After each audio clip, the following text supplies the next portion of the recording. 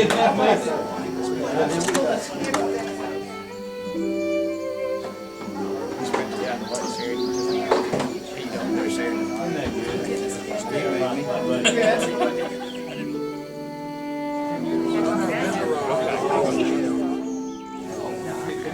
believe that is our last group that has just arrived here. So as soon as they get down the hill, we will get things rolling. We'll be hearing from Ed Carter, William Killian, Neil Applebaum, and Peter Heimbach a little bit later on. So, and I believe at the end we've got some award presentations as well coming from Kathleen Williams. So there'll be some proper introductions as each of these speakers approach the podium. Let's give these folks who are coming out here to speak to us today a huge round of applause and let them know we appreciate them being here. Director Carter. Well, thank you, Don, and thank you all for coming. I know this in the middle of the week like this and have this many people show out, it's really quite heartwarming to all of us, but it's a very special day. And we want to welcome you to the Headwaters Wildlife Management Area in our newest state office building. So we'll utilize both to the extent that we think it will benefit everybody. This is the land that protects the headwaters of several of the streams that you would know here, the Collins, the Caney Fork, and the Stones, to name just a few. And it's the home to some rare wildlife species that only live within this little geographic area.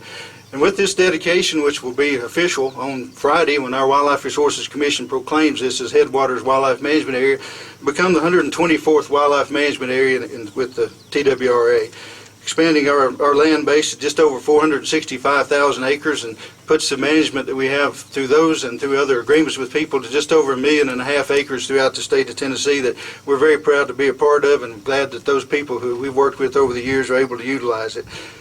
I mention all those acreages just to say that, hey, that doesn't count all the lands that are owned and managed by state parks or state natural areas, the national parks and refuges, the scenic rivers, the recreational lands are owned by local governments. Just to mention that, there was a song at one time, and then at one time there was some legislation that actually talked about Tennessee being the greenest state in the land of the free, and it certainly is, in my opinion. And I think things like this is what makes us be able to have that connotation that people love. And it's only right that we really manage and protect these lands, and for us that are here now and for those generations that are yet to come to utilize these lands for recreation and to just get back in touch with some of the things outdoors that some of us have lost. This portion of the area that adjoins actually a wildlife management area called Pea Ridge, so it expanded that one as well, a contiguous block of land that will actually put all those together, people to be able to utilize for hunting, fishing, hiking, bird watching, and just maybe to go out and have a little solitude at time. We'll begin this area by marking the boundaries, establishing the access and infrastructure that goes along with the wildlife management area, and assessing what other environmentally compatible uses it might be something that we can also add to the things that people can do here on Headwaters. And I'll go on to say it'll be managed through the fees that people who hunt and fish pay, so it won't be a burden on the tax rolls of the state of Tennessee, so another good thing that has come to pass. It's not unusual to hear criticism right now of governments of any kind, local, state, federal, but this was truly a partnership, and a lot of the people that will be coming up in a second will give you that history, but it was a partnership of all of those, local, state, federal, and really spanned the administrations of two governors, beginning with Governor Bredesen, and finally, of course, we're closing under the administration of Governor Haslam. And you'll hear from those organizations and some of those people in a minute, but not everybody that was really integral to that is going to be speaking, and I did want to recognize just a few people that are here. First of all, John Morgan. John, if you just raise your hand for us, former Deputy Governor and current Chancellor of the Tennessee Board of Regents. Mark Gwynn, and I'm not sure if Mark is here, but Mark is the Director of the Tennessee Bureau of Investigation. John Andre, the Senior Counsel for the U.S. Department of Justice and Criminal Division. Denny King, the U.S. Marshal of the Middle Tennessee District. I think Mike Gannon's here, the County Mayor of Cannon County. Senator May Beavers. And Representative Mark Pody. There we go. Thank you all so much for being here. And just in a few minutes, as Don mentioned, Kathleen will come up and make a few remarks. But there are other people that will give you the history. But I know you're kind of warm out there, so I expect that good food and short speeches are what you'd like to see. So with that being the case, I'm going to say this one more time and thank you for coming. I'll have just a couple of other remarks as we close out. But thank you all so much for being a part of this. It's a great day for all of us. Join me in welcoming Mr. Bill Killian. Thank you very much. It's our pleasure to be here. Don, Ed, thank you for including us in this wonderful celebration. I do appreciate the opportunity on behalf of the United States Department of Justice to speak to you today on this really, truly great occasion. As enforcers of the nation's environmental laws, we are glad to be part of the joint effort of preserving these lands in perpetuity for Tennessee and the country. Through the cooperative efforts of local, state, and federal law enforcement agencies, we've created a lasting legacy that will be known as the Headwaters Wildlife Management Area. I know you've heard the saying, we're from the government and we're here to help. This time we did. Yeah.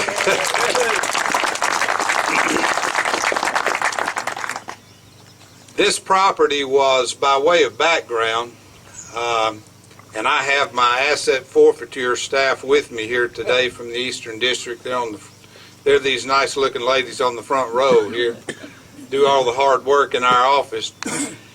This arose from a marijuana conspiracy case that was prosecuted in the Eastern District, and technically Cannon County is in the Middle District of Tennessee for federal jurisdiction purposes, and but the conspiracy spread into our district and was prosecuted in our district in Warren County, which is in the Eastern District. And so as a result of that, these lands were forfeited as part of that criminal enterprise and its prosecution. That's how we got our hands on it to start with. Credit should be given to my predecessor, Russ Dedrick, who is the former United States Attorney in the Eastern District, for facilitating the joint efforts of each agency involved. And Victoria Johnson, I think, is here from the headquarters office of the United States Marshal Service.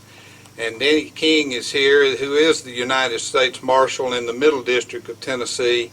And certainly if it weren't for them and their sacrifice and cooperation, it would not be available. You see, they make a percentage of the forfeited funds when they go through that process normally, and that's their sacrifice. Also, Warren County Sheriff Jackie Matheny, Harry Summers with the Drug Enforcement Administration, the Tennessee Bureau of Investigation, the Governor's offices in the state of Tennessee, and Warren County sacrificed substantial amounts of money that each would have received or would have had not to pay in order to establish this area. Had these sacrifices not occurred and the normal forfeiture procedures followed, we would not be dedicating this wildlife area today. Federal law allows the United States Attorney's Office to dedicate forfeited lands to governmental entities. Here, the property was forfeited due to these convictions for conspiracy to distribute marijuana. We are proud to have been part of this historic accomplishment. It is the largest donation of forfeited lands from the federal government for conservation purposes to a governmental unit in 15 years. Wow.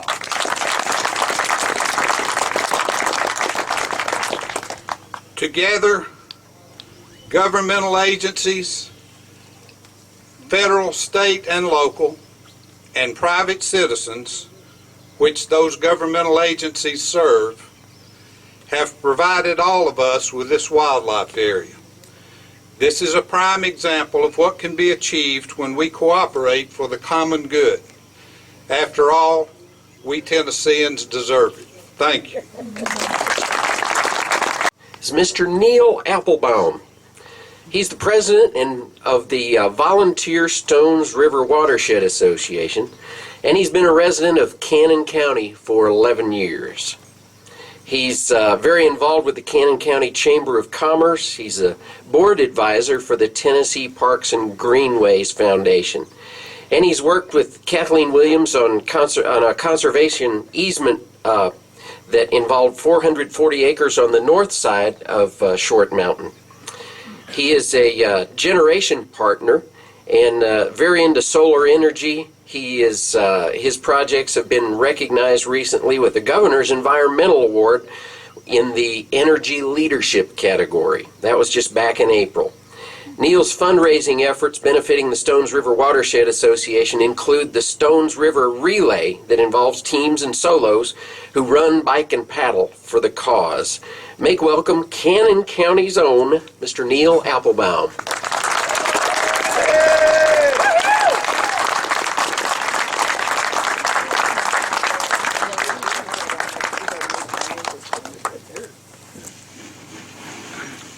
Hi. I'll be very, very brief. In August will be 6 years since Jeff Young and Morris Rawler were arrested, and at the time, I don't think anyone knew what they owned or what it looked like, or the species on it, or the water that was involved with it. And when I heard that they were pending I guess prosecution, I went to the county executive and asked Mike Gannon if I could pursue the idea of this outcome. And at the time when he gave me his blessing to go for it, neither one of us really imagined that it was even possible, knowing that it was a federal situation and we're just sitting out here in Cannon County. So this started as a really small idea, and there's just been an amazing number of people who I've met over the years who have helped make this possible. Once Mike Gannon said, go for it, I called Kathleen Williams, who I had already had a relationship on other conservation projects, and she has lots of relationships across the state, and made introductions, and we started having meetings, and then it was just this long process to get from there to where we are today.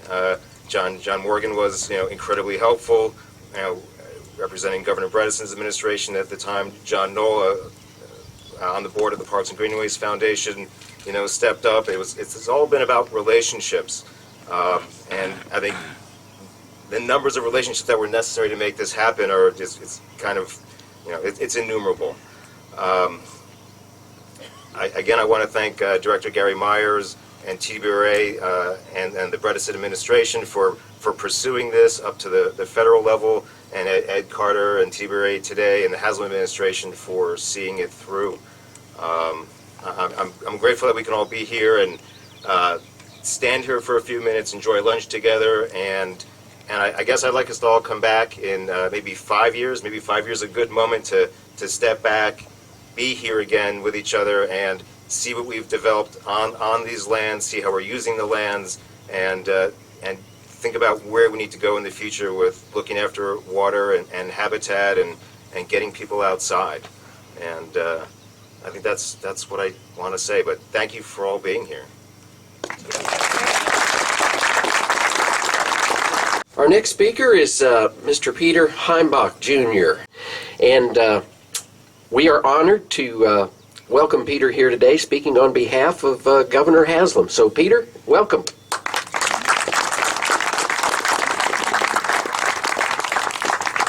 Appreciate it. And I'd first of all like to, where did Neil go? Thank you very much. First of all, it's hard to follow a local hero now.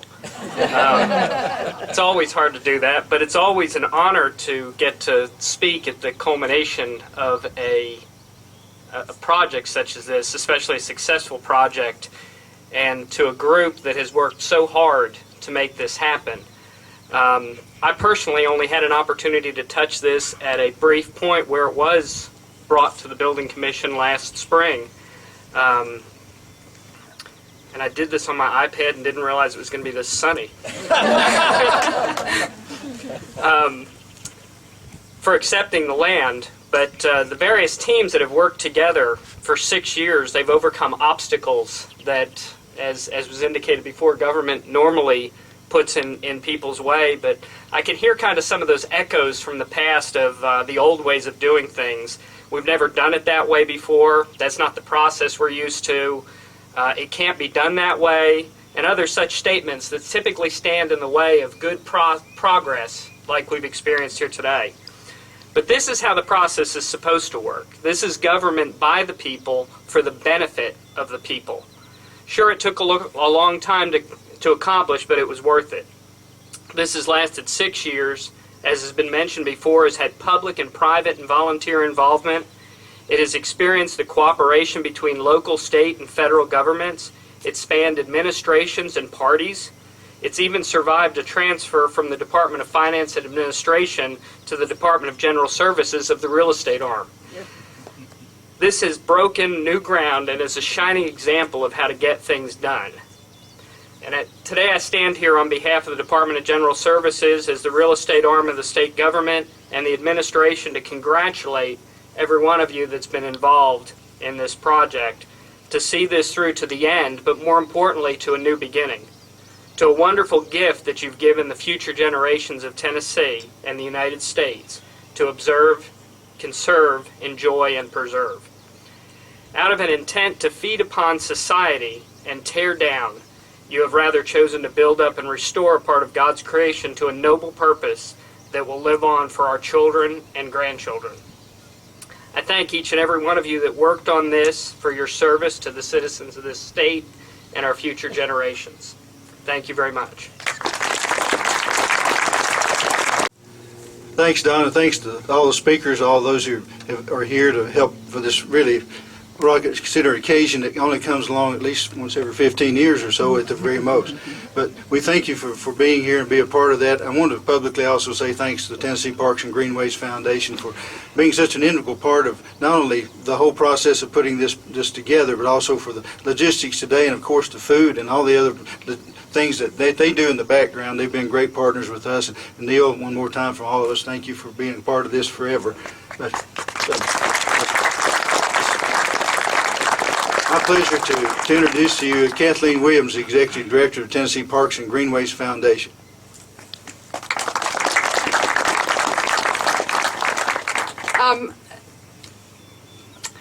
We had a party last month at Cummins Falls. Did anybody get to come to that one? That was the 54th State Park, and so somebody just asked me, well, what are y'all going to do next month? But I don't think we have anything like this up our sleeve. This is a once-in-a-lifetime occasion. I'm so happy to learn that it's the 124th Wildlife Management Area. We started working on this in '07, my notes say, and Neil convened a small group from the Tennessee Parks and Greenways Foundation and helped us dream that this could happen, and that we'd be standing here today celebrating 1,000 acres that will always be conserved. So I just want to say that we are so grateful to God for the beauty and bounty of Short Mountain, and grateful to the state of Tennessee and our partners at the Tennessee Wildlife Resources Agency for their good work to conserve wildlife in Tennessee, for always being a willing partner and professional partner. For any good thing that someone else wants to make happen, they try to help. And that's my experience over the last 20 years, and I'm just so grateful to you, Ed, and to the other staff members who I've worked with. And I'm also so appreciative of Chairman Womack, who's a doctor in Cookeville. He's busy, but he is such a do-gooder in his spare time, and mainly for us. And we're so grateful, Dr. Womack, for your years of service as our chairman. And Neil. And I just want to say that when Neil called and asked if we could help, we were busy with a few things like Devil's Step Hollow Cave and Cummins Falls and some other things, and I was a little concerned about how we'd have time, and he made it so easy. Talking points, maps, helping convene the right people, and we went around and got to meet a lot of great people after we learned that the federal law would allow conservation of this land when the properties are suitable for conservation or for recreation. So under Neil's leadership, we met with all kinds of wonderful people, Deputy Governor John Morgan and the Department of Justice and local law enforcement agencies, and a whole bunch of new partners for us, which was real interesting and a lot of fun. And it was over 5 years, but Short Mountain is worth it. And I just want to say a word about Short Mountain. It's 2,000 feet in elevation. It's an outlier of the Cumberland Plateau. It's odd that it's here in Middle Tennessee, the highest point. It's water rich. Short Mountain contains the headwaters of 3 watersheds, the Stones River, the Caney Fork River, and the Collins River. Headwaters are very important for Tennessee, and I'm so happy about the name. I don't know who thought it up, but I love that it's called the Headwaters WMA. That is so perfect, and we need to have them all over Tennessee. Amen? Somebody told me I should only do 1 amen per speech. Is that right, John? But conserving headwater streams will sustain life now and in the future. It's very important. These forested creek banks will keep downstream from flooding. They keep silt from entering our water supply. They give us more water. They store it like a sponge. They make it purer. They make it more bountiful. Headwater streams are vital to the survival of humans on this planet, and we got to go get them everywhere we can. So this 1,000 acres is home for wildlife, and it adds to a wildlife corridor, which if you total it all together, there's some private land that's protected up here. It totals 4,000 acres, and we have to have those large reserves if we want life to survive on this warming planet. And so no one knows really all the rare life that's here, but I did just want to mention a few things because, oh, wondrous life. Oh, wondrous life here on Short Mountain. Short Mountain crayfish found only here. The rare Brawley's Fork crayfish found only in the Stones River upper watershed. And Tennessee has more salamanders than any place on the planet, and 80% of them are at risk. And so we need to protect these critters. We don't know what good they do for us, but we know they do good for the world, and they're part of the ecosystem.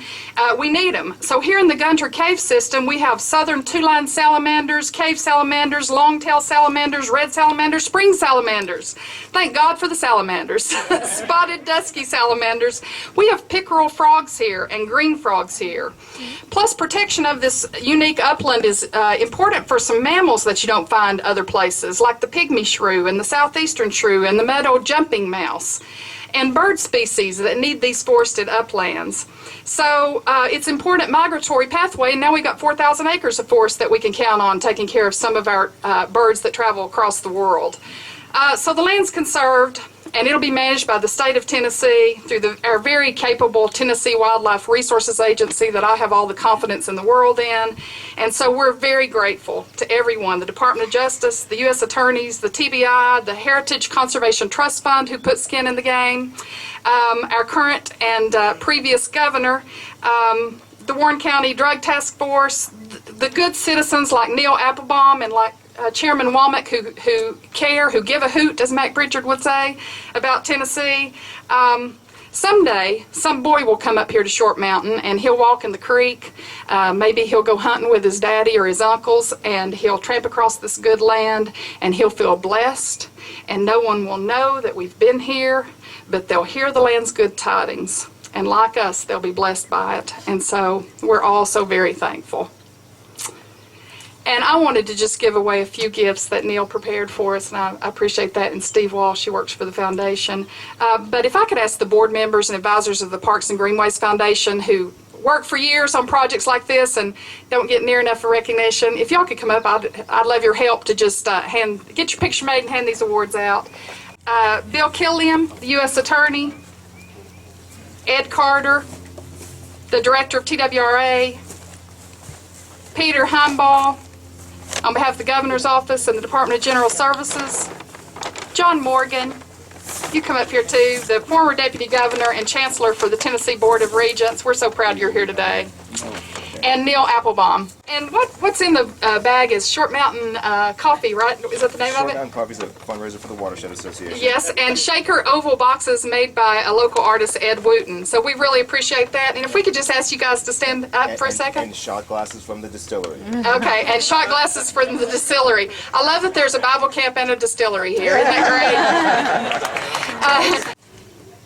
And Steve Walsh, could you come up? He's our Director of Membership, and he's so important to our organization, and he's got a couple of announcements, I believe. If you could direct us about the food and anybody else you need to thank, and also give us instructions about after we eat. Neil will know a little bit more about that, but...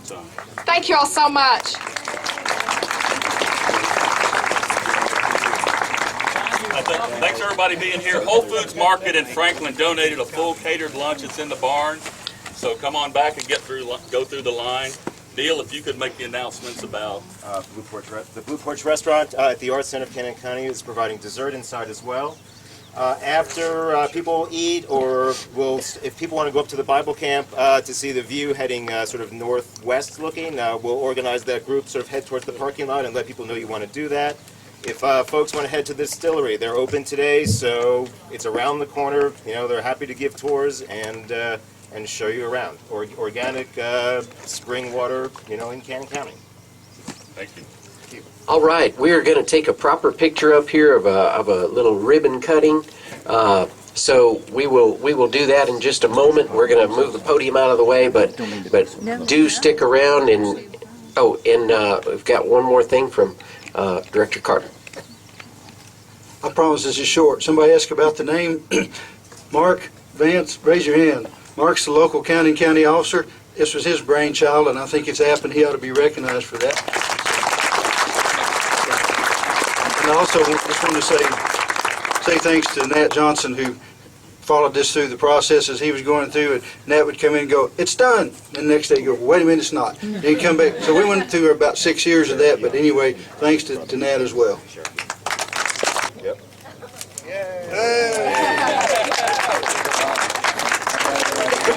So hard.